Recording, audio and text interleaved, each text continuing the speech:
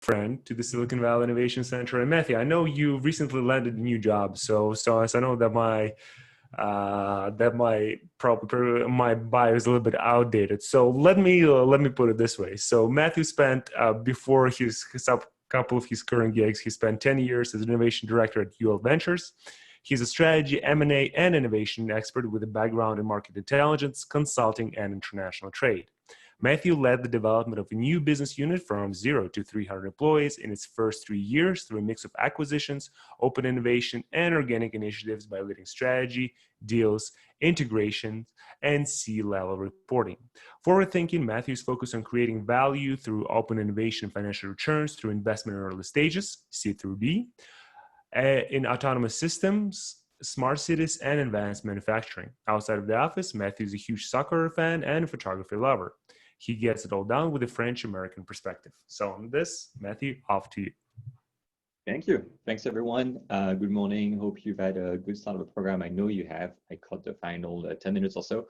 I want to jump right in. I want to invite you guys to ask questions at any point in time as well. And I apologize in advance. I do have a hard stop at what will be 1 p.m. my time. So that's why I will rush a little bit to make sure we have time to cover all the material. So a little bit of background of myself, as Blas was mentioning, I just recently took a new position as North America director for a company based out of Austria that does mergers and acquisition valuation, all sort of financial services. I'm also CEO of FNMA.work, an innovation consultancy, and co-founder of Fortices, a company in the Bay Area in the prop tech business. So my perspective is really, besides being French American, as was just mentioned, is really that about blending the academic part of it, where I studied innovation, I studied a variety of topics around entrepreneurship, innovation, economics throughout my life. But I also approach innovation from a corporate perspective with innovation director, corporate venture capital, a lot of M&A in the tech space, but also a lot of entrepreneurship experience, starting actually even as an 18-year-old in France, starting a retail business and putting that retail business online in the furniture market at a time where it was really unheard of. So that's sort of the background for myself. And I just want to dive right in, because really every time I do this program around digital transformation, I want to put a caveat in the air. I want to explain that digital transformation, yes, of course it's important. Yes, of course it's everywhere. You can hardly open a business publication without seeing it. But at the same time, we have to take that with a grain of salt. We have to remember that change is a constant, and that every generation brings about a new disruption, a new technology that takes everything by storm. And a good reminder of that is all those really crappy products that I have on this slide. If you were around, I think this was like the 1960s or something like that, there's this new technology called brushless DC motor, which is essentially just a little electric motor, became exceedingly cheap, very affordable, very easy to make. And what happened, just like what's happening today with digital transformation, is people decided, I'm going to put this into anywhere. Did not matter what you were making at the time. You had to have a strategy for how to incorporate brushless DC motors into it. And so we ended up with some really, really dumb products. Things like an electric carving knife, an electric can opener, electric knife sharpener. And so really, when you think about it, probably someone at the point was saying, every knife in 5 years is going to be an electric knife or something stupid like that. And the challenge that we have is that right now, the same thing is happening. Just because you can put Bluetooth, voice enablement, or AI into anything doesn't mean that you should. So here are some of the products that I really, really hate these days. Bluetooth toothbrush, Bluetooth brush, a tool that tells you how many eggs are in your refrigerator. And so the point that I want to make is really that digital transformation, yes, we should do it. Yes, it's true, it's real, it's happening, and you have to tackle it. You cannot just ignore it. But let's be smart about it. Let's figure out what makes sense, and let's not build the things for the sake of building them. So that's the gist of what I want to cover. We'll go over that in a 5-part agenda. Number 1 is around frameworks. I know people love frameworks, especially early on in a innovation journey and early on in a program such as the one you just entered.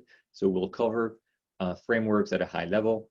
Then we'll talk about why digital transformation is everybody's job at your company and not just the job of the chief digital officer or people with titles such as that. We'll talk about executing and measuring innovation. It's something that without a fault, I always get that question. I get them from folks like you. I get that from my students when I teach MBA students. And I get it even from my clients when I advise them. It's like, how are we going to measure and make sure things work? So I'll share my perspective on that. And then finally, we will close with two things. One is the people aspect of innovation. At the end of the day, innovation and digital transformation is a change management function. And the most difficult thing to change is really people. And so I'll talk through some of that aspect, and then we'll wrap up with a couple of hard truths about innovation.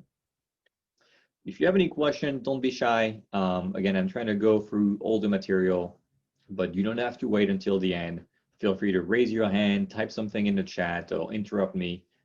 Otherwise, I will keep tracking along. So one of the things that is misunderstood about innovation is how the execution of it happens. I think everyone, even if they haven't seen that particular chart, understands that innovation from an adoption perspective kind of works like this, where a new product comes around and you have a tiny amount of people that are really interested in it. The product is unproven, it doesn't quite work. Let's think about drones, for instance. Drones 5-7 years ago, it was very geeky. Only a very small amount of people were interested. Battery life was terrible, video quality was bad. The drones were very heavy and took forever to reach out, but yet there was a market for it. And then eventually, not only because the drones themselves get better, but also more people start thinking about, okay, what can I actually do with this? Maybe photographers became interested. Maybe people that like racing started doing drone racing, etc. So you start getting another group of people that adopt this new technology, and that's what we call the early adopters. But really, where you want to be as an innovator is crossing that chasm, crossing into the early majority, getting to the point where drones arguably maybe today, where traditional industries start thinking, should we be using drones to do inspection of our bridges instead of sending somebody? Should we be using drones to do delivery? Should we be using drones to do X, Y, or Z?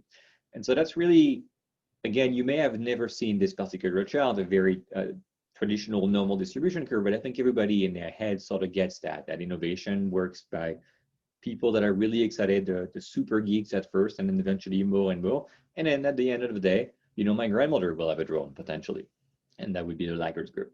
But really, as practitioners of innovation, people that have to do the innovation, that doesn't really help you.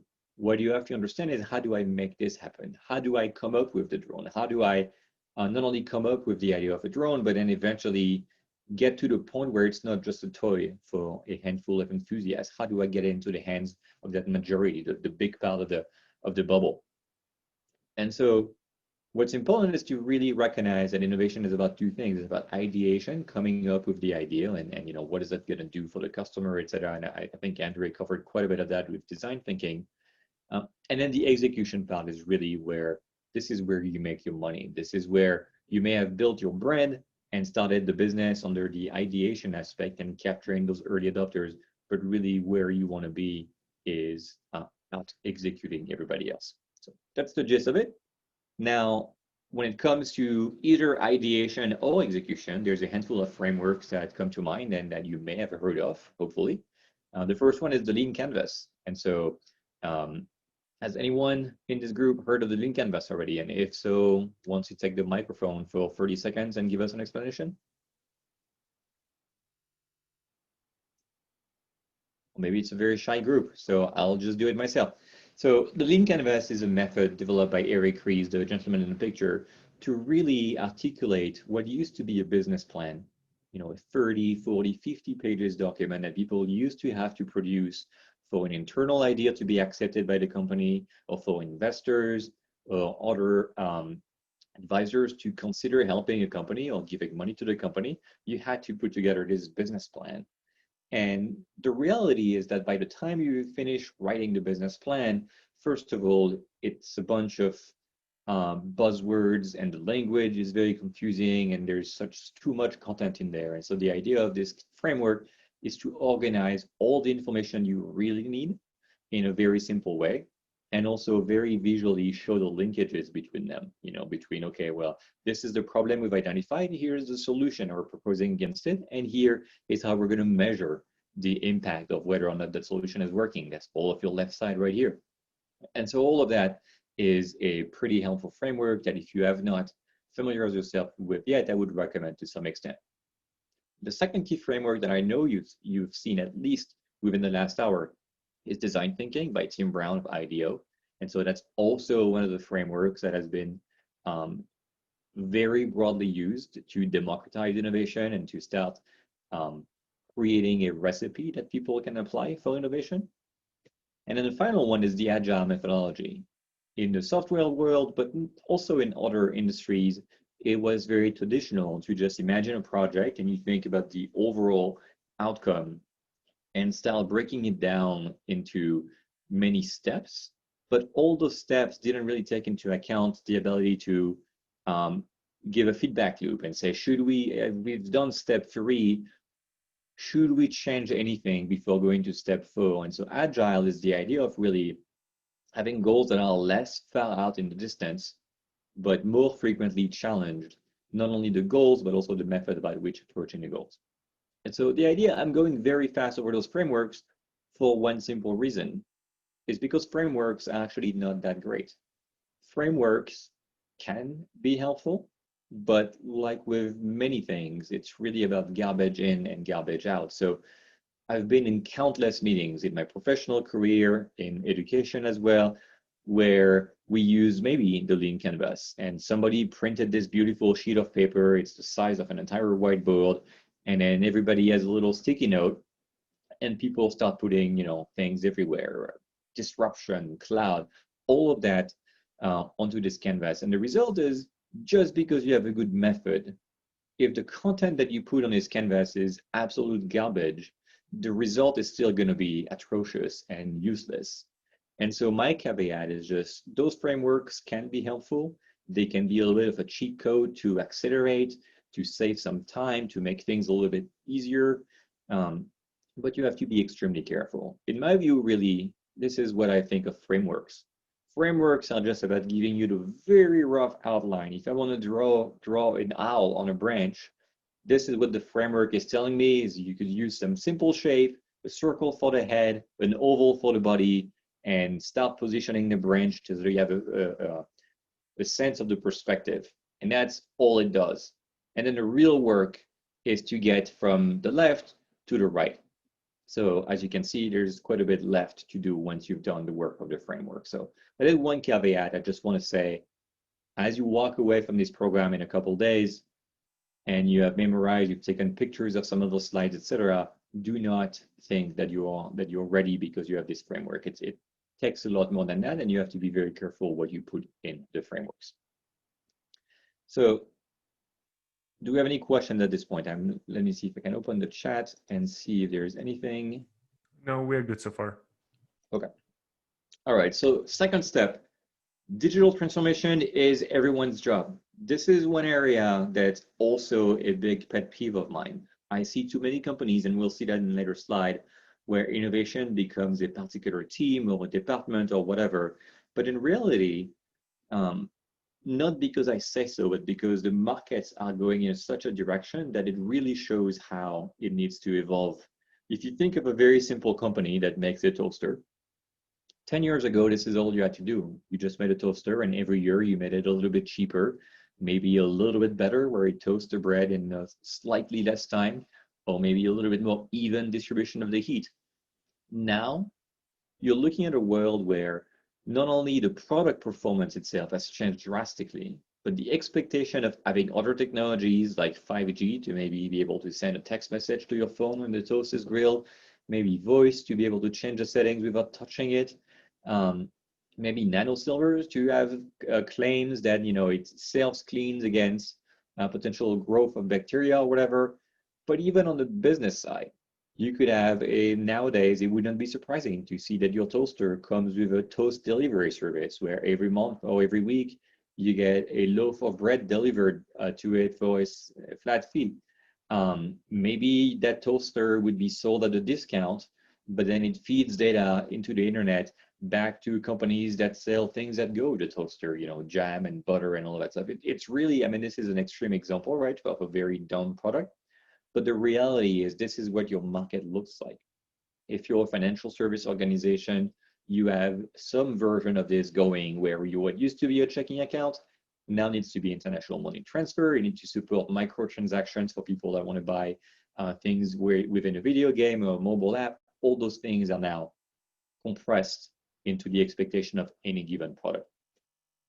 And so with that said, if you think about really the journey of the customer and the journey of a product and how they intersect, it's the job of many different departments, right? You have things around the customer experience as well as the product itself that's going to be in the scope of your chief marketing officer and the entire product and marketing organization. Some aspects of the customer experience and some aspects of corporate controls, making sure your PLM, your ERP, all your internal systems are working well together. That's going to be under your CTO or your CIO. Then you're going to have your CFO, which also has some aspect of digital transformation that's related to them. If you're doing a leaner supply chain, then you need to make sure that both your accounts payable and your accounts receivable are working in a much more modern way to support the higher volume of transaction, the shorter times of transaction, all those things essentially that the change to the product itself may have impact on the back end as well. And then you have, you know, maybe your COO that needs to change a little bit likewise based on the direction that everybody's taking. And so in that context, you can imagine that something like digital transformation that can change your back office, your front office, as well as the products themselves, or how you sell the product, the distribution channel, etc.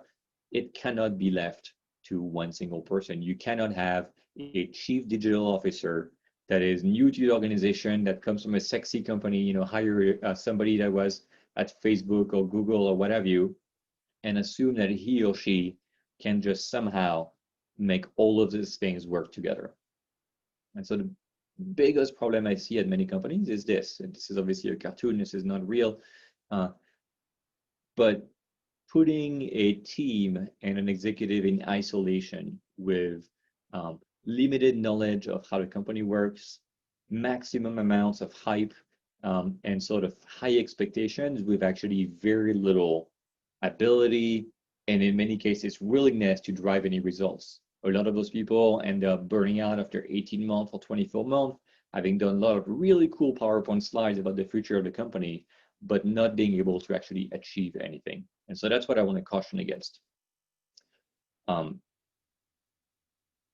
One aspect where this is also extremely visible, that change and that need of sort of involvement of many different functions, is really about R&D. And so if you think about R&D, in the past, it used to be something that was very self-contained. You would have a bunch of people, usually in your basement, wearing lab coats, and their goal was to take 20 ideas per year. That's sort of a funnel. And so they would have 20 ideas per year and start working on trying to make them real, turn them into a new product or a new service. And then there would be the assumption that, you know, every year, half of the ideas will die. Maybe because they just don't have good enough science to make it happen, or market research ends up saying, you know what, it's probably not worth our time. And so after 4 or 5 years, from the original set of 20 ideas or 20 opportunities, you end up with, you know, maybe 2 or 3 products that actually go to the market. With the concept of open innovation, which I hope some of you are familiar with, otherwise I can recommend the book by Henry Chesbrough, Open Innovation, that really discusses in much more depth. The idea is that you actually open up, not the role of innovation is not just one person in your company. It's actually not just in your company. I think Andre's very last slide was exactly that point about how you can use startups as your external innovation engine. Your suppliers can be part of your innovation engine. This is exactly what this is all about. The idea is, instead of taking 20 ideas, keeping them in your private cone and getting to 2 or 3 at the end, you invite a much broader base at the beginning, maybe 50 ideas, 20 come from internal, 30 from external, And then it's also acknowledging that some of them, instead of just dying in the middle of the process, they will come out of that pipeline. They will come out and be sold to somebody else. Yeah, I'll put the name of the book in the chat later. The name of the author, I can put it right now. I think I'm typing this right. Let me go back. Sorry, I was typing on the chat. Yeah, and so the idea again is, I will find of it those and post 50 it. ideas, now you accept that some of them will not make it to the end. They will not be your final market. They may go as a license or spin out to somebody else, or maybe they will take you in a new direction. Now, the other thing is to let not only ideas come out of the funnel in the mid stages, but also potentially bring ideas in the midpoint. You don't have to always invent everything from scratch. If you're that toaster manufacturer and you want to add Bluetooth, you don't have to reinvent the Bluetooth standard. You can actually just license out technologies, parts, components that are already included. Let me see what's happening in the chat. Oh, thank you. You just me, basically. Yeah, thank you. So another way to think about it is really about what are your innovation goals and approaches, and what are you selecting as a means to really get your innovation goals accomplished. You can be very informational. You're just at the early stages and you want to inform where your company should go. And so you can actually do that either completely internally, having what's called market intelligence. That's about really looking at your current product, its competitors, and see where are the gaps, where are the opportunities. So I did a few years of that with a company called Proactive Worldwide. But you can do that by being completely externally anchored. So it's still about gathering information, but you don't do it about your own current market. You do it about markets of the future, like venture, et cetera. And so that's where corporate venture capital could be a great approach. And then if you want to be less informational, if you want to actually be more practical and not just learn about innovation to potentially make decision, but if you've already made the decision and you want to now start doing it, you can also do it one or two ways. You can do it purely internally, and that's going to be your R&D, as we talked about, really having people on your team that are building something new. Or you can still look at an external perspective, and so you could potentially license technology, which is something I also worked on for about a year with a company called TradeSpace, and that you don't have to reinvent everything yourself. Now, overall, we talked mostly about how innovation is everybody's job at a company. What's also interesting to think about is that your innovation strategy has to be what I call three-dimensional. If any of you hopes to retire at some point in the next few years, you know that your investment strategy has to be balanced. It has to be something that is adjusted to your personal profile. Are you hoping to retire in 5, 10, or 20 years? But it also has to be adjusted based on your risk preferences. Are you somebody that has a high risk tolerance in your investment account because maybe you have some real estate that is very safe on the other hand? Are you somebody that wants to be very safe overall, et cetera, et cetera? And also, what do you intend to do in your retirement? Do you just want to have a quiet, peaceful life somewhere, or do you want to potentially maintain a similar lifestyle to what you have? And so innovation works the same way, where based on your goals of innovation, you're going to have to create a portfolio of activities that fits that goal. And so the 3 dimensions that I've identified are 1, the approaches you take, 2, the levels, and 3, the types. And I'll cover what those mean. So an approach to innovation is something like what we're doing right now. Your approach to increasing your innovation experience today is to take an online class as part of a program. Another approach you could have done, or you could still do in addition to that, is you could have done a university partnership. Another approach is you could have done an entrepreneur program. Maybe start telling people within your company, if you want to take a year off from your current job and try to work on a new project, we're going to pay you to do that. And so all those things, none of them are better than others, just like a stock is not necessarily better than another. It's just about what are you trying to accomplish, and you have to be coherent. If your goal is just to innovate so that you can reduce costs by 2% next year, you probably don't need an entrepreneurship program. You probably don't need a university partnership. If your goal is to switch from being an energy producer that relies on fossil fuel, and within 5 years you want to be 100% renewable, then you probably can't just attend this class and then go home and say, all right, done, we're innovators now. It has to be aligned with just the scope and the ambition of what you're doing.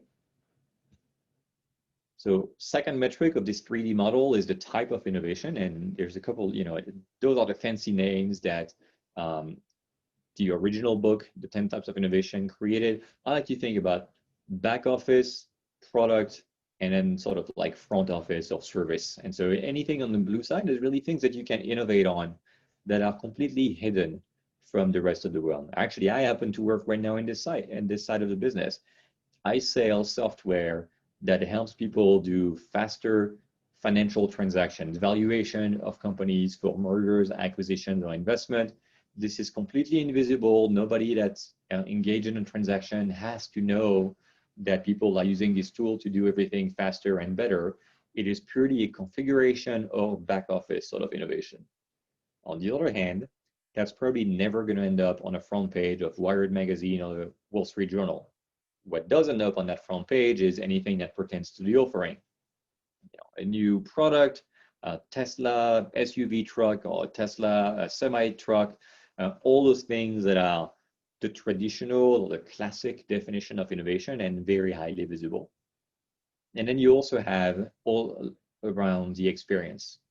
Are you going to keep selling the exact same thing, but just maybe now, especially with COVID, you sell it online instead of selling it at a store? Or you give your professional services like I do right now via Zoom instead of giving them in person. And so that's also innovation, finding ways to potentially improve the experience or make more margin out of modifying that experience layer is also a worthwhile innovation. And so you can't have an innovation strategy that is just about adding one more blade to your razor or something about your product, making your product a little bit lighter, a little bit faster, whatever. You need to consider all of the other dimensions, all the other types of innovation. And so finally, the third level, which ironically called level, the third layer of innovation is really about how ambitious are you going to be. And so here, what we're doing is we're talking about, are you doing innovation that is meant to be extremely disruptive? Are you trying to do something that changes the very nature of your company and going after new customers with new types of services and product that were not in your current portfolio? Or are you doing something that's just a little bit of a breakthrough where maybe you sell to the same customers, but it's a new service? Or maybe you sell the same service, but you find a new type of customer that wasn't using it before. So that's another layer of innovation. All of those, again, are very worthwhile. You just have to align just the aggressiveness of the innovation with regard to your overall goals. Now, again, just like product innovation ends up making the headlines, the game changers, the disruption is what ends up always capturing the highlights. This is what gets you promoted, et cetera. But really, if you're an executive that looks at the bigger picture, what drives enterprise value overall, you don't want to neglect all the other things. You cannot always reinvent your business. You cannot always try to shoot for the moon and do those very wild innovation projects. You have to have a more balanced approach, a portfolio approach. I'll take a quick break here before we go into executing and measuring. I saw some comments in the chat. Thank you for sharing the 10 types of innovation model in the LMS. Any other comments or questions so far? So let me probably ask you this real quick. So in terms of the innovation that you see, and you said you touched like on the entrepreneurship and all of this, what do you think is the balance between the current situation where people are thinking about the survival and pretty much the innovation? And I can kind of give a little bit of my prime of what I see is that pretty much when I talk to my clients, when I talk to my consulting clients, when I talk to my innovation clients, I always say when they are a little bit reluctant to do it right now because, oh my God, we're in a survival mode, I say that, okay, what about a year ago? Do you wish right now that you were more innovative a year ago? And obviously all of them say, yes, we wish we had spent more time, we spent more budgets and all of this. But then at the same time, I feel that this time right now is as crucial to the survival of the business and being innovative and looking beyond the current situation than what we have seen, historically. So what is your perspective on how companies right now should address that problem of survivalship versus innovation that will encourage the survival later on? Yeah, I mean, I think there is two components to what drives your need for innovation. You have the internal drive, where, and I think Andre was just covering that before I came in, cannibalization and realizing that it's better to cannibalize yourself rather than be cannibalized by somebody else. And so companies that get this are comfortable saying, we're going to make the iPhone bigger. And yes, by making it a little bit bigger, it will reduce the value proposition of the iPad. And we're okay with that. And so that's one aspect of it. It's really the internal driver of, where your product vision is, where your company enterprise vision is, et cetera, et cetera. But more often than not, really what drives companies to do things, whether it's innovation or something else, are external market factors. And so traditionally, a lot of the external market factors, they're about forecast. Well, we think in a couple years, streaming will be bigger than, DVD rentals, the Netflix example that was just coming up. We think that people in about 10 years will be very comfortable with electric vehicles. What's unique about today's situation is it happened overnight, right? It's like overnight, by law, you had to work from home. Overnight, by law, you could not open your restaurant. You had to be delivery only or takeout only or whatever. Overnight, by law, you were not allowed to make certain types of financial instruments. So, there are things like this where, for once, the market changes are happening very fast. And in some cases, they're happening in the same way that we expected, right? We expected work from home to become more and more prevalent, maybe increasing, 5% per year. And now it increased 100% in a few weeks. But in some cases, it's making a complete 180. And so unfortunately, you could not forecast that, right? I think the trend was always forecasting people will travel more. Rising of China's middle class, more people having money, tourism, air travel. Anyone would have forecasted it will go up. And now this event, the virus, has completely changed the model. It hasn't accelerated something that was already happening, like work from home. It has done the opposite. It has ripped the rug from underneath, and it has forced people to innovate really for survival, to your point. So the idea is just, it's like this, being a stoic, you have to realize there are things that you can control, and it's what you do, and it's how you execute as a company. And there are things that you cannot control. And things that you cannot control, it's sort of pointless to argue about them. It's kind of pointless to complain about them. It's just, you have to accept them. And the faster you accept them, the faster you start reacting. And the fact that it doesn't go with the vision that you had a year ago or whatever, it's almost irrelevant. It's just, this is the new normal. 100% of our effort should be based on this new normal, not based on what we wish the current normal still was. Perfect. Thank you. Thank you.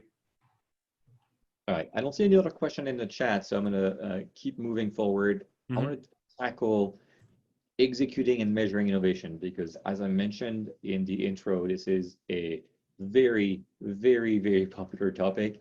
I literally cannot dodge this one as much as I'd like to. And so let's go into it. We'll start with a quote that I really like. This is actually someone that has nothing to do with innovation. It's a woman who wrote a lot about psychology and personal development. But nevertheless, this quote really resonates with me. She says, the world needs dreamers and the world needs doers. But above all else, what the world needs most are dreamers that do. And so again, if we think back at that original slide with the adoption curve and how ideation only takes you so far, you have to then execute to reach the masses. This is kind of what this means. And so as you execute, you know that people are going to start wanting to measure things. It's one thing to come up with an idea and get credit for the idea, but eventually what gets credit in a company is what gets to the bottom line, not to the top line. And so there's a gentleman that most of you probably have heard of in the past, Peter Drucker. He was essentially the father of management theory in the 80s and 90s. And he said, what gets measured gets managed. I think most of us have heard some flavor of that quote. And while I do tend to agree to some extent, I think this actual approach, just like frameworks, when it's been taken out of context and just used stupidly as a rule, like if it was written by a god, has been extremely destructive. And so there's a lot of consulting businesses that have been built around measuring innovation. One of my favorite one, because I really hate these guys, Accenture. Accenture keeps creating more and more content online, videos and blog posts and tweets about how they have this framework to measure innovation. And so I did something fun, is I took one of their videos, I extracted the text from the video, essentially what the person was saying, and then I put that into a word cloud software to see which words come up the most, and then I reorganized it in this beautiful shape.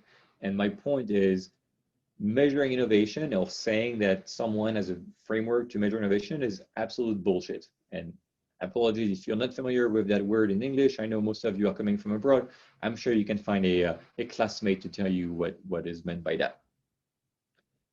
Now, why do I think that measuring innovation is mostly bullshit?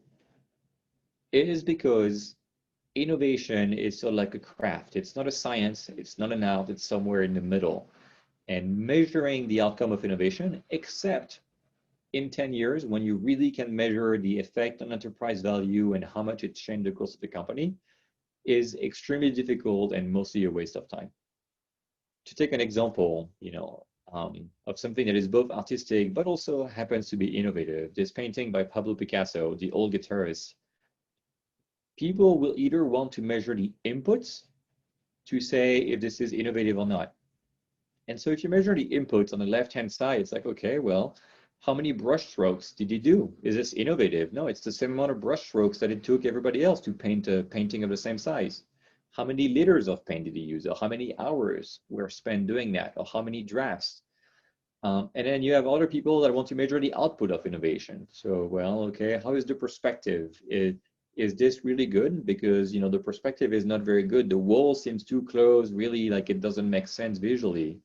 Or maybe how many colors are in there, or what was the sale value initially, or how many people pay at a museum to visit this. All of those are the example of what people are trying to do with innovation, is just measuring the input, like number of patents that they have filed. I think I have that. I don't have that on the next slide. Number of patents that the team created. Okay, well, guess what? Next year, your team will create a lot of patents that are absolute garbage. Or if you measure the output purely of like, okay, well, we made a vehicle that now has a range of 800 miles. Okay, but nobody cares. Nobody expects to drive 800 miles and never have to fuel up. And so you can see where the problem is with measuring things for the sake of measuring and adopting these metrics as a signal for innovation quality. My perspective, because you cannot avoid measuring, and I know I have been in those situations where, I wish I could tell my boss, we can't measure innovation, it's not the right approach, is just to take a little bit of a twist. And so the traditional method, when you measure something else, if you measure any other project, it's pretty simple. You set some goals, and then you measure against the goals. And then you take action. You say, okay, well, my goal is to sell $1 million worth of software this year. And I know, therefore, that should be about $250,000 every quarter. And so you measure against that and you make some fine adjustments, right? Very simple. With innovation, it should be a little bit different. My point is, you don't know what to measure at first. And so what you should do, the first 3 bubbles that we have here, is really about start by measuring a lot of things. And you can have an idea. If you're the one doing an innovation project, you have a general idea of what it is you're trying to accomplish, if something is working, etc. And so you're going to measure a bunch of those things. And then over time, it really depends, you know, if you're in a consumer space or industrial, the time could be days or it could be weeks. But after some time, you're going to review your metrics. And then you're going to assess, okay, well, this metric is going up, but I don't feel like the project is going well. This metric is going down, and I feel like it reflects really how the project is doing. And so based on that, then you choose the metrics. You choose what are you going to set as the guidepost, the things that you measure, etc. And then you can fall into the more traditional approach. Does that make sense? I know it's a fine nuance, but the challenge is really people get pressured into, okay, how are you going to prove that your project is worthwhile? And people will immediately give you a metric to measure. Okay, well, let's measure revenue, or let's measure, you know, the throughput of this particular production line or whatever. My point is, don't do that. Measure many things, but don't decide early on which one is going to be the one that your promotion depends on. Yeah, I would also add that this process kind of applies to the overall structure of the innovation. Some of the processes that we have discussed earlier is that sometimes you think that you know that you can measure certain things, but in reality you cannot. So just that exercise of trying to understand what can be measured and how it can be measured can be proved extremely valuable to your company, just because you might not be aware of how your company actually works. Yeah, great point, great addition. The other thing is, as you do that, just be careful. Don't try to get too cute and make up measures and KPIs that are too complicated, because at the end of the day, and this is a good segue into the next chapter, which is really about people, but measurements are a tool for people management. And it's important for people to understand the measures that they're trying to do. If you try to say, okay, well, I've decided that return on invested capital, ROIC, for the less financially worded people, let's say that we've decided that ROIC is the best measure of whether or not our innovation strategy is working. The ROIC formulation is very difficult to do.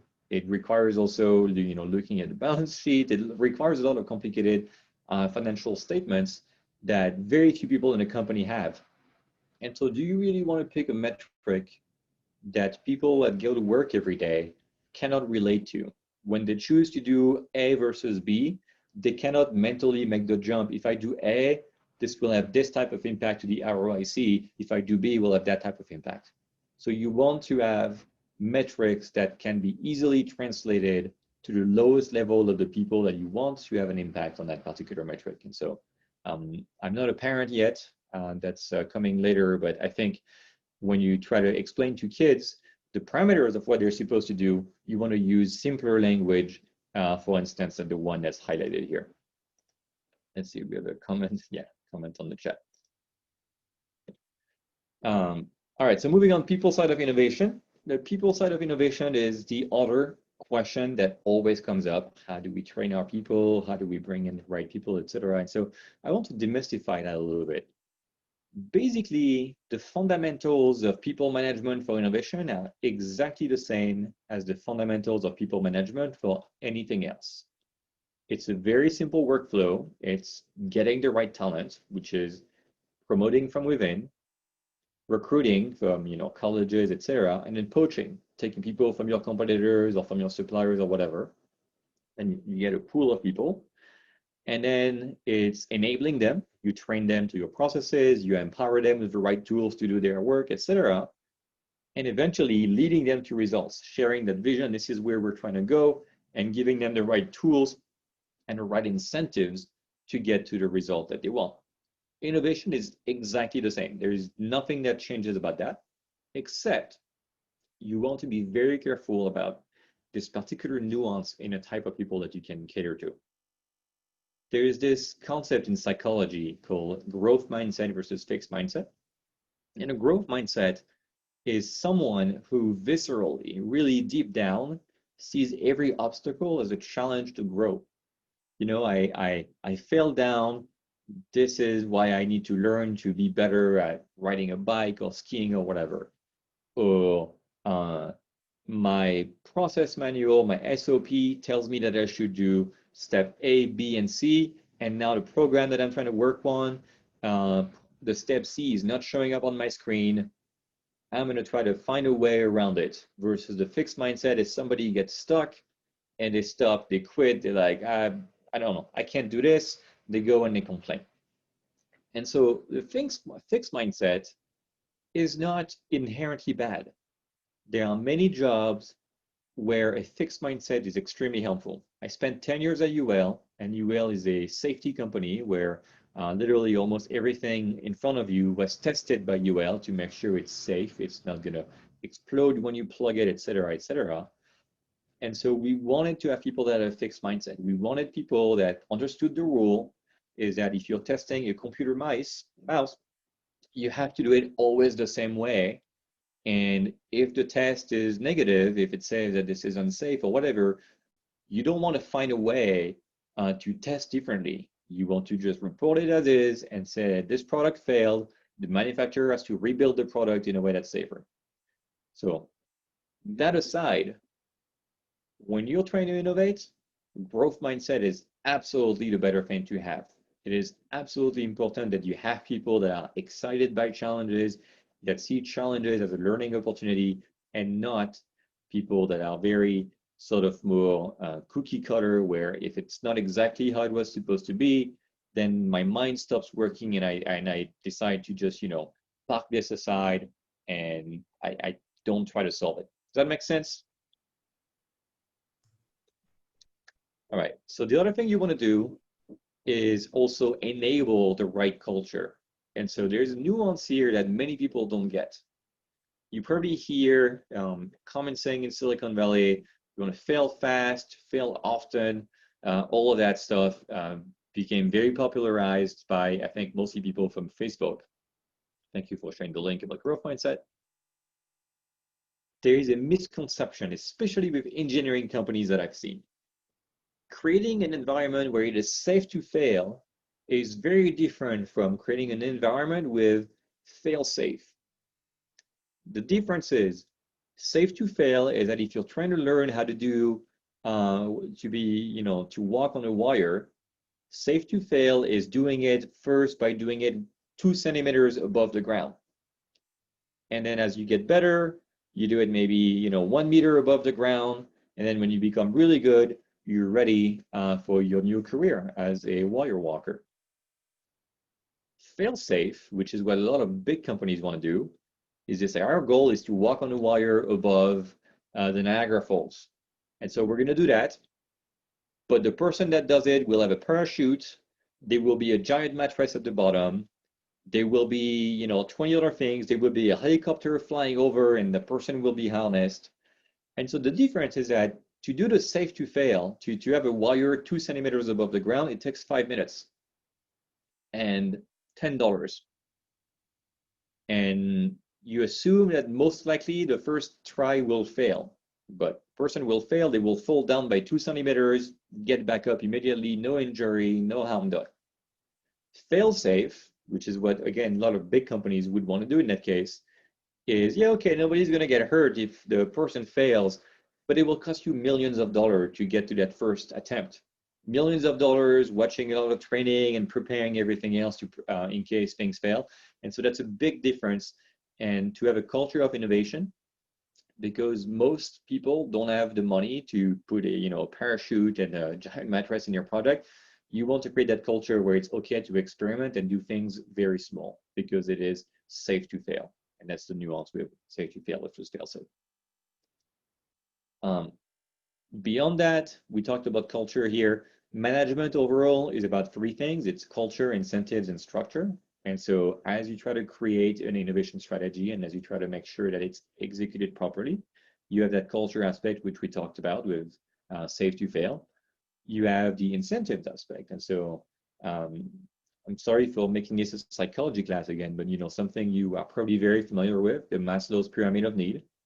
And so this is what you see here on the left-hand side. Really, this is a very foundational aspect of understanding humans. What we all want is, our basic needs, food, water, and a roof over our head. And then there's a safety need, feeling that we're safe and we're not going to get clubbed over the head. And then eventually there's psychological need of thinking, okay, I belong, I have a relationship with my colleagues. Then there's the esteem and then self-actualization. And so innovation management typically works better when it's done on the upper end of the pyramid. If you do innovation management only under what in modern time we'll call FUD, fear, uncertainty, and death, then people are scared. People are innovating because there is a crisis, to your question earlier, Les. People are not going to have their best work. But if people are innovating out of a need for self-actualization, our company is doing well, but I really want to fulfill my creative potential. I have a vision for where this could go. Then this is where people are going to do their best work. And so that's another aspect to understand is just, yes, it's true in many of your cases, your industries are under threat. And you do need to innovate or you will die, literally. Well, the company will die, hopefully not you.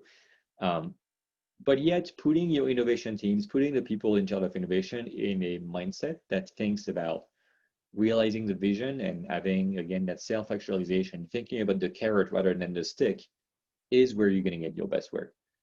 Let's see what the chat has to say about this. Yes, YOLO sounds exactly.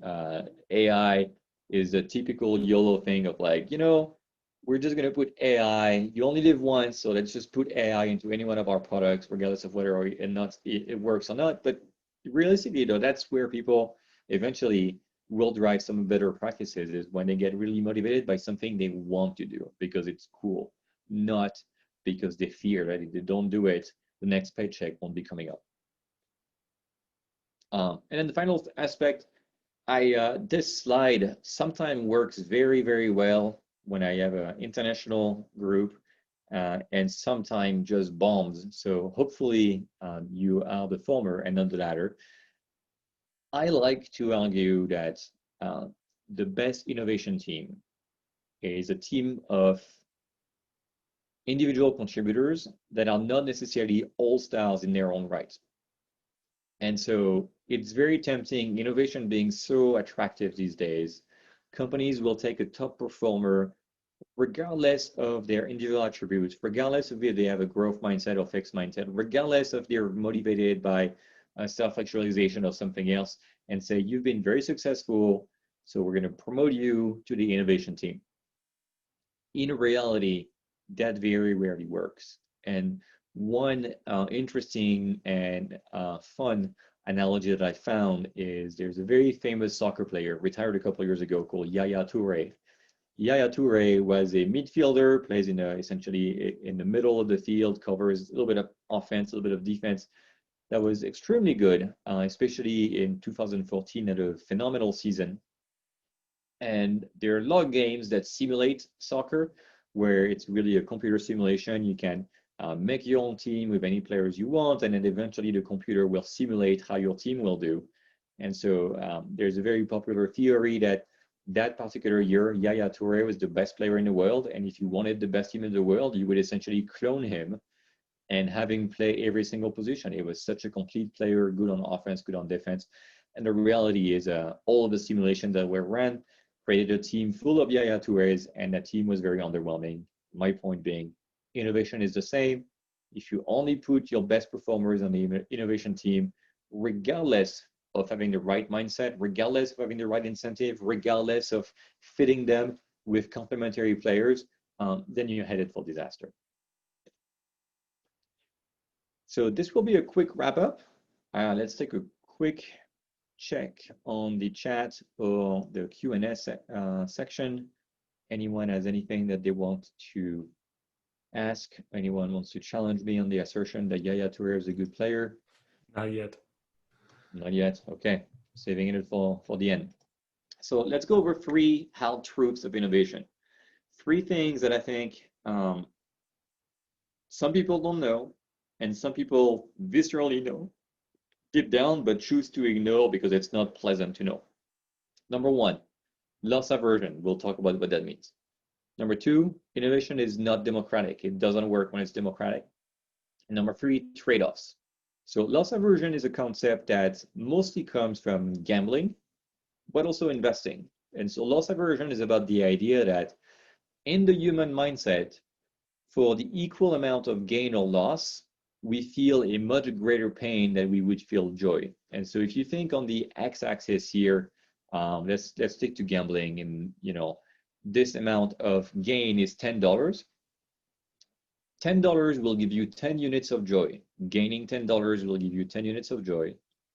But losing the same amount, losing $10 will give you 30 units of pain. And so the problem is that people refuse to innovate because they fear, like, if I innovate and I get $10 more of revenue, I will get 10 units of joy out of it. But if it fails, then I will get so much more pain that this will not be worth it. And so it is something to overcome, because the reality is that in the case of many companies, if you don't innovate over time, the pain that you're going to feel is exponentially larger than the one you would take on any particular innovation project that would fail. And so the biggest risk is the risk of inertia, of not moving forward with projects because of that fear of pain. One concept that's also highly correlated to that is the sunk loss fallacy, where people feel like, well, we invested a lot into this factory for diesel engines, so we can't go and become an electric vehicle manufacturer because we've invested so much. It's like, well, the reality is, if the market is becoming fully electric by 2025, then none of this matters. Your investment will be lost anyway. And so you're better off taking the pain right now and starting to work towards your gain than just denying that fact and sticking to it. I think in Andre's talk, the example of self-cannibalization, Apple being willing to disrupt and challenge the iPad market by making bigger and bigger iPhones, Netflix being willing to bet on streaming, even though they will lose some people that maybe don't have a good internet connection and really liked having DVDs in the mail, all of that. That's example of companies overcoming the loss aversion and really realizing what's best for them in the long run. So that's concept number one. Concept number two is about the non-democratic aspect of innovation. And this one, I think when people really hear it, it actually resonates quite a bit. I like this quote by David Ogilvy, a famous advertising man from Chicago, like I am. And here's what he had to say. He said, "Committees can criticize, but they cannot create. Search the parks in all of your cities and you'll find no statues of committees." And what he means by that is really that at the end of the day, innovation or any breakthrough, whether it's in politics, whether it's in the arts, or whether it's in innovation in corporate setting, has to come from a position where somebody does something that breaks the consensus. Consensus is like dilution. If we each come up with an idea and then we try to find something where we can all agree on, it's going to be very tepid. It's going to be lukewarm. It's not going to be particularly exciting. And so what you need when you innovate is, of course, you want the group's opinion. Of course, you want to manage some kind of cohesiveness within your team. But at the end of the day, you do need a leader. You need somebody that will be willing to step up and say, we couldn't agree on the consensus, but this is where we're going because this is truer to the vision. This is the bet that we're going to make.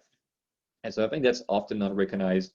That happens a lot sometimes, even with just one person, refusing to really understand, stepping away from the difference. And so if you think about what it took Michelangelo to paint the Sistine Chapel, one person in 4 years, and the consensus version of that is like, well, painting, normally if you paint a surface of 20,000 square feet, that should be done by 2 people and it should take 2 hours. And so that's why you need the leader to realize, I know this sounds insane, 4 years to paint a ceiling, but I have a vision for it, and that's why we're going to do it this way. And so final concept, really about innovation and some of the hard truths about it, things you have to understand, is trade-off.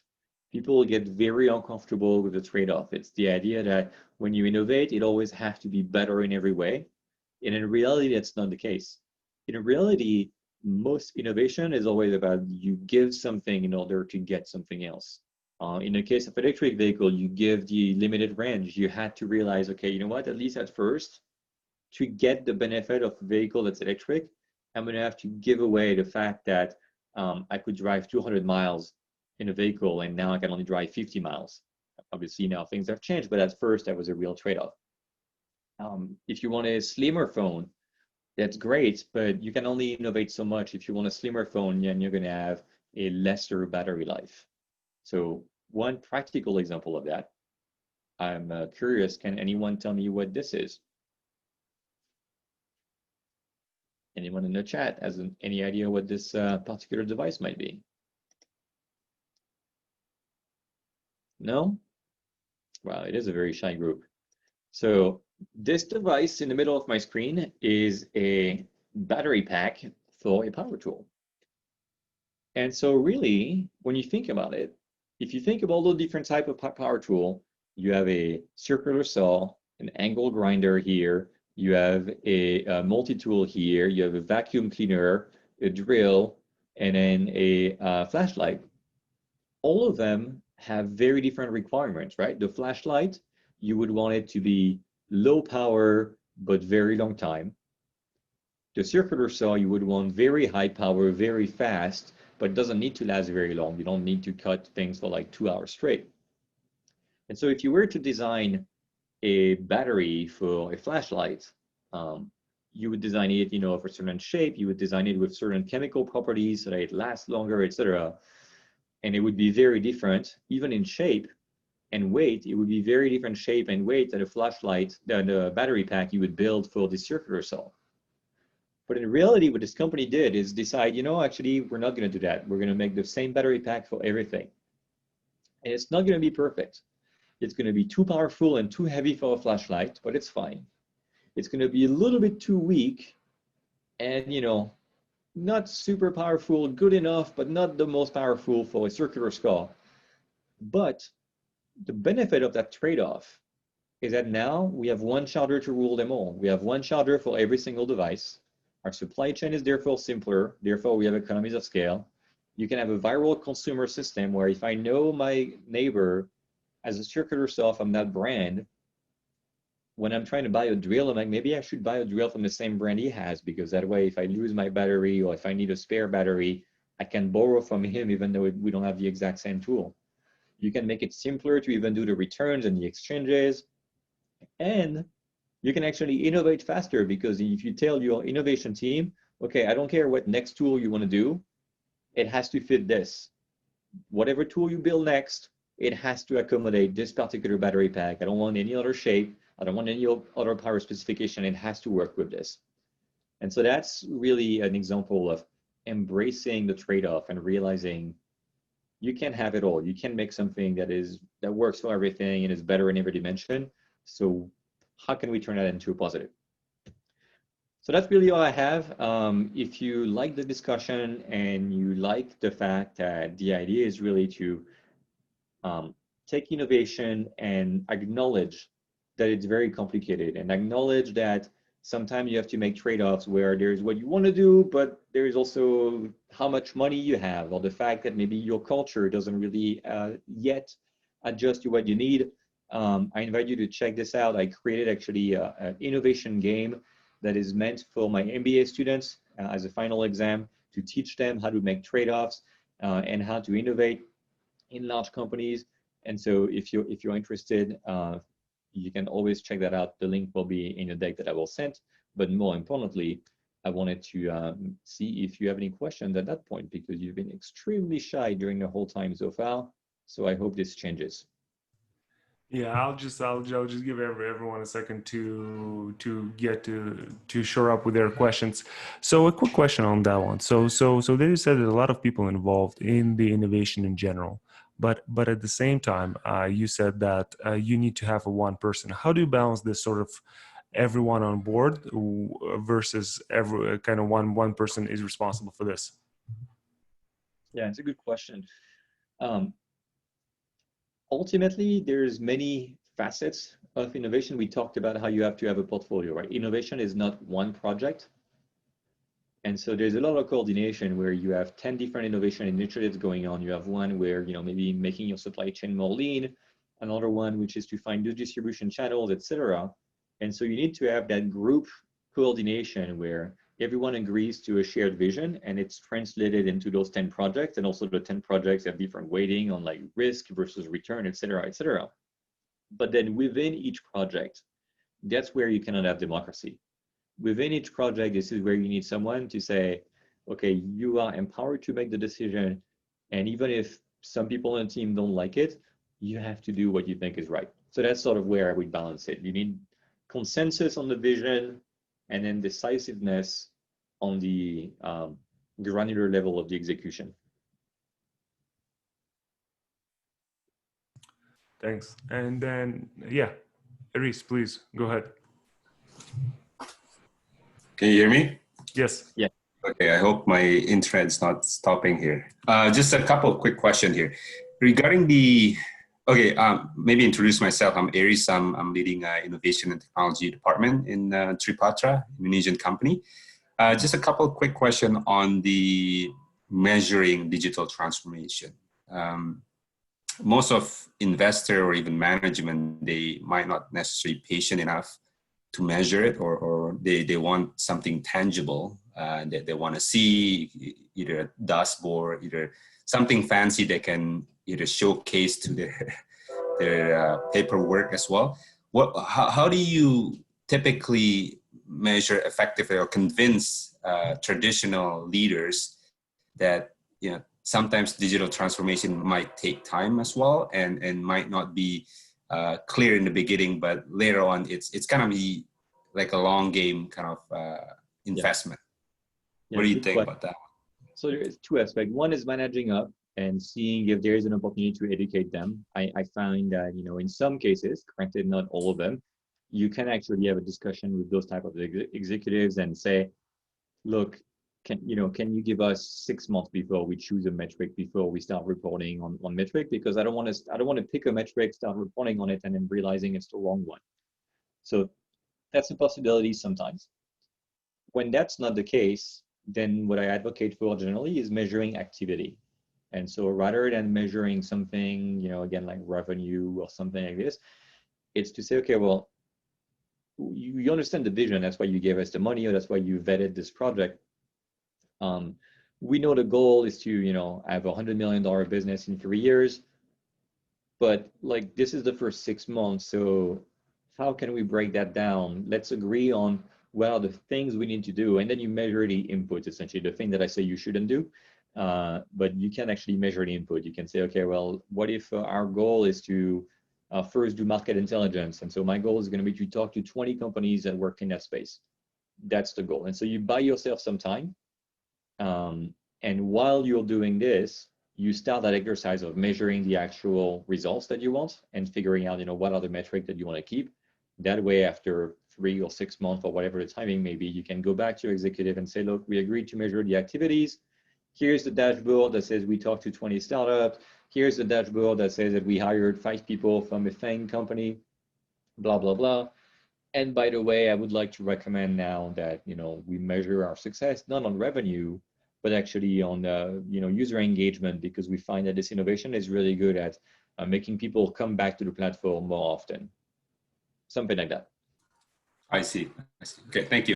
I would also add on top of that is that one of the things again about this like fail safe mentality in general, how do we engage together, is one of the probably most important portions is that actually getting management sort of comfortable with the certain uncertainty, right? So we do have a certain goals, but we do have certain expectations, but then at the same time, I think it is important to get everyone comfortable on that we don't know what is happening. We're doing something new that problems have not done before, because, you know, that's why we're doing through it, and there is no perfect solution to solving that. No matter who you employ, no matter who you get, there's still going to be caveats and unknowns just because you're doing it for the first time.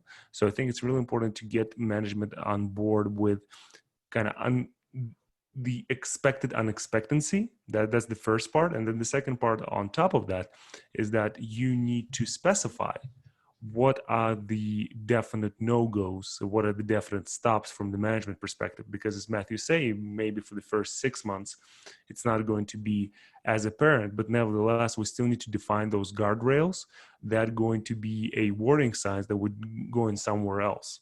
So we definitely need to define not just a one execution line, but definitely have sort of a void in which you can move and in which you can operate, just and defining the margins of that move and seeing where we operate and where do we stop. And what about, so that's from the top side, right? What about the bottom up? Like in terms of convincing sometimes the business as usual individual or team members, you know, they might not be, some of them might even consider this as a threat, right? Like if you're trying to do innovative activities, they might even lose their job, and there will be resistance on those kind of things. In terms of convincing them, what would you suggest on I try a few tips and tricks, but then sometimes I kind of, there's a political game that I have to deal with once in a while, just to convince, and maybe the power play might play in the game. Right. So, you know, there's a couple things, right? We talked about growth mindset versus fixed mindset, and in some cases, unfortunately, people can change, and a fixed mindset person can progress towards a growth mindset, but in some cases, some people are just going to be wired to resist change and be skeptical and always assume the worst, etc. And, you know, unfortunately, you can only have so many of those. And so either you push them out of the innovation scope, or in some cases, it might be, unfortunately, you may have to push them out of the organization altogether. That being said, even when you have people with the right mindset, it is natural to, you know, have some degree of skepticism, of cynicism, and it's actually something you want. You want people to have critical thinking. And so that's where we go back to that pyramid, right? Where you want to find what really motivates people. Is that person motivated by one aspect of the job versus another? And is this innovation project potentially reducing the amount of work that they have to do on the tedious side and enabling them to do more of the stuff that they like? Is that person just motivated strictly by money? And, you know, you can articulate how this innovation project eventually translates to bigger bonus for everyone if it works. Like change management, at the end of the day, it happens at the individual level, but you have to find as high on the pyramid as you can shoot, right? Don't resort to just saying, well, if you don't do that, we're going to go bankrupt and then you lose your job. However high you can go on that pyramid and make it a more positive driver of behavior, the better off you'll be. Got it.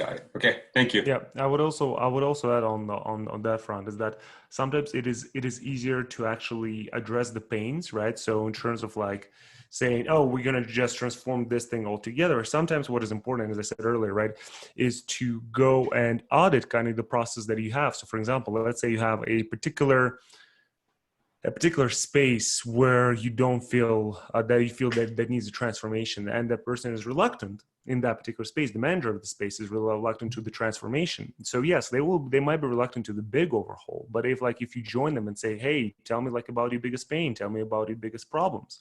So, and that's something that might actually give them on board, because people really like to, how to put it properly, complain about their life and the problems that they have. And you can identify, by identifying those problems, by learning about those problems, you can identify the solutions, and you can pose yourself as an ally that is trying to solve the common goal, versus a person who's trying to somehow overshadow or challenge that particular person. So I think just probably Matthew, you can back me up on this one, that the best way to sell something is actually not to sell something, right? So I think if you can just get on the call and say, hey, can we just walk through the process? We're trying to optimize, we're trying to make your life better, we're trying to go through those motions over and over again. So if we just focus on those problems that we have right now, maybe I have some solutions, some technological solutions, some strategical solution that might help you with your day-to-day work, so you can be more productive. And by building this rapport, by building this relationship, you would be able to offer more and more innovation, more and more transformation for this person, and that person might actually be on board and not to feel threatened, because they're part of the process and they can actually help you navigate and solve this problem in a better fashion. Yeah, I would agree to that, and just add one thing. Oftentimes, a lot of resistance is based on a full dichotomy of status quo or change. And the reality is status quo is almost never on the table. People will resist because they say, I like what I'm doing right now. And obviously you have to be more tactful when you say it, but basically the answer is like, what we're doing right now, that's going away. There is no scenario of the 100 different flavors of the future. There's not one where things stay the same. And so you can be a part of this and work with me to shape which of the 100 versions of the future we go towards, or you can just wait and see what the rest of the group decides. But the status quo is not on the table. That's not an option. The market won't allow it. Our investors won't allow it. Like, it's just not going to happen. And so sometimes that's all it takes. People don't realize that, you know, they just like, I just got comfortable with this new process. I don't want to change it. I get that. It will change, period. Got it. Got it. Okay. Thank you. Thank you, folks. Thank you. All right. Any other questions that we have for Mathieu? This is obviously an extremely shy group, but if you guys have questions, if it comes, you know, in the shower later on, you're still obviously obsessed by this discussion and want to reach out, you can find my contact information obviously right here on this slide. I always welcome, maybe, you know, half the group, so maybe even less than that, end up doing so, but those that do, I always make the time to have a quick follow-up conversation, even a full-blown call with one company in particular or whatever. So do not hesitate. I'm always happy to do that. If it didn't come across, I would like to tell you I'm very passionate about this, but hopefully it did come across. Perfect. Perfect, Mathieu, so much, and cut us some slack. It's the middle of August, so people in the vacation mood. Sounds good. All right. Well, thank you all. Have a great rest of your program, rest of your day, and look forward to follow-ups. Perfect. Thanks so much. Thanks so much, Mathieu.